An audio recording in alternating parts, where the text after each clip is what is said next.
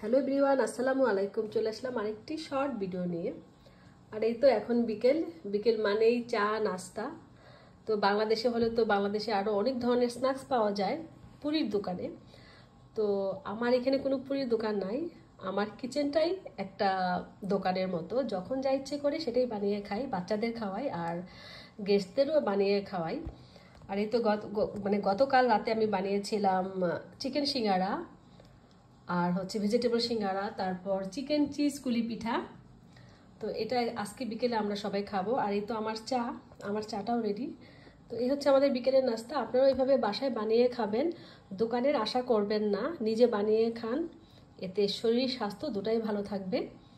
আর বাংলাদেশি খাবারের একটা আনন্দই অন্যরকম, তাই না? তো আপনারাও ঘরে বানিয়ে খান। তো আজকের ভিডিওটা কেমন হলো অবশ্যই কমেন্ট করবেন, যে যেখান থেকে দেখছেন। সবাই ভালো থাকুন, সুস্থ থাকুন। আল্লাহ হাফেজ।